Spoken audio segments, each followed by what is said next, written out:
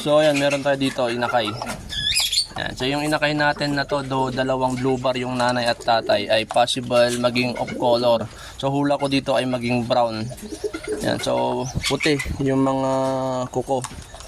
So possible maging brown itong ibon na to. Ayan, do dalawang blue bar kasi yung ano naman nito, yung lola nitong tatay niya ay kulay brown, Florison na si Red Gilda. So tingnan natin, abangan natin kung maging brown. Yung isa, since black naman yung mga kuko niya, ay possible blue bar. Ayan, so hindi natin sure pero abangan natin kung ano nga ba yung magiging kulay nito paglaki. Ayan, so hula ko brown yung isang inakay. So maganda naman kung brown para may mga pang off color tayo. Kasi dito meron tayo ditong off color na Peter Van de Merwe.